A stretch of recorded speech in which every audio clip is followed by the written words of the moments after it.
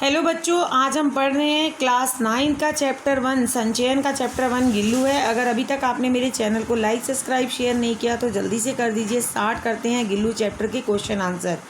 सोन जूही में लगी पीली कली को देखकर लेखिका के मन में कौन से विचार उमड़ने लगे? तो उत्तर है सोन जूही की पीली कली को देखकर लेखिका के मन में उस छोटे जीव की याद आ गई जो इसी तरह बेल लता की हरियाली में छुपकर बैठता था। वे उसे गिल्लू कहकर पुकारती थी। लेखिका को गिल्लू से इतना लगाव हो गया कि वह उसकी मृत्यु के बाद भी उसे भुला नहीं पा रही थी। क्वेश्चन नंबर 2 है, पाठ के आधार पर कौवे को एक समादृत और अनादृत प्राणी क्यों कहा गया है? तो उत्तर है कौवा बड़ा विचित्र प्राणी है, कभी समादृत तो कभी अनादृत कहलाता है। जब पितृपक्ष में लोग इसे आदर से बुलाकर भोजन कराते हैं, जब श्राद्ध होते हैं ना हम लोग के यहाँ, तो हमारे यहाँ कौवे को, गाय को, कुत्ते को रोटी डालते हैं तो इसका आदर करते हैं। और कभी कभी ये छत पे बैठ के जब काव काव की आवाज़ आता करता है तो लोग कहते थे पुराने ज़माने में, अगर आप अपने मम्मी पापा दादा से पूछेंगे कि हमारे जब गेस्ट आने वाले आपको कैसे पता लगता था, तो वो यही कहेंगे कौवे की काव काव की आवाज़ से। तो उस समय कौवा तो समादृत है, लेकिन कौवे की जो लैंग्वेज है, आवाज़ है, बहुत ही कड़वी है। उसकी इतनी आवाज़ कड़वी है कि उसकी जब वो काव काव करता है तो वो कानों में चुभती है, इसलिए उसको लोग अनादृत भी कहते हैं। क्वेश्चन नंबर 3 है, गिलहरी के घायल बच्चे का उपचार किस प्रकार किया गया?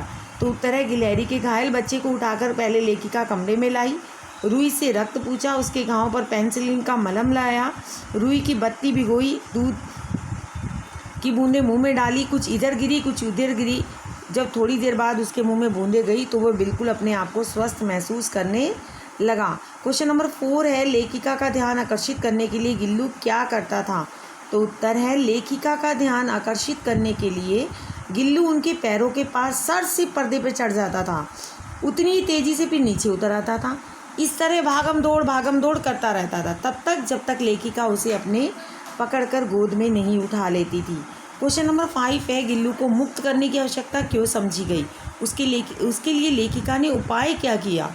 तो उत्तर है गिल्लू के जीवन का जब पहला बसंत आया, ऑटम, बाहर की गिलहरियाँ खिड़की की जाली के पास आकर चिक करने लगी। तो गिलहरियों की आवाज़ें समझ जाती हैं, जिसे देखकर गिल्लू भी उनकी ओर आकर्षित हो गया।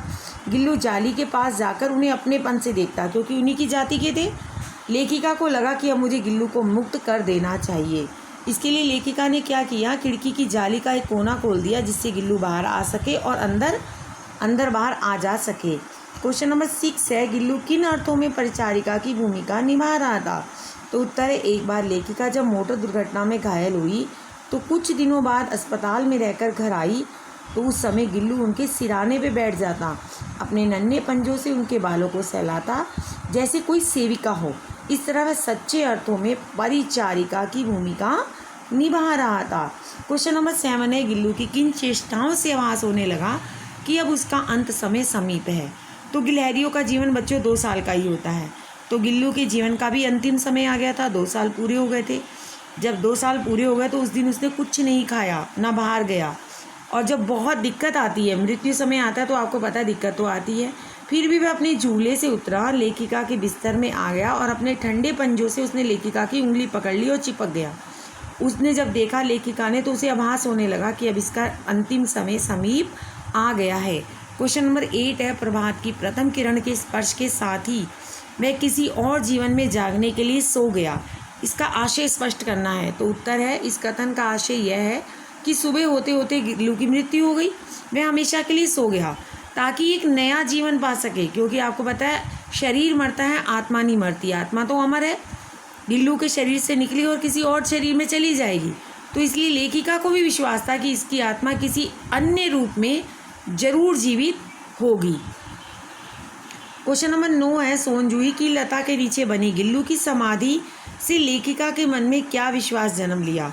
तो उत्तर है सोन जूही की लता के नीचे गिल्लू की समाधि बनाई गई क्योंकि गिल्लू को ये लता बहुत पसंद थी और वे लेखिका के साथ इसके साथ खेलता भी था। साथ ही लेखिका को ये विश्वास हो गया कि एक दिन गिल्लू इसी सोन जूही की बेल पर जो पीले फूल होते हैं उसी के रूप में जन्म लेगा।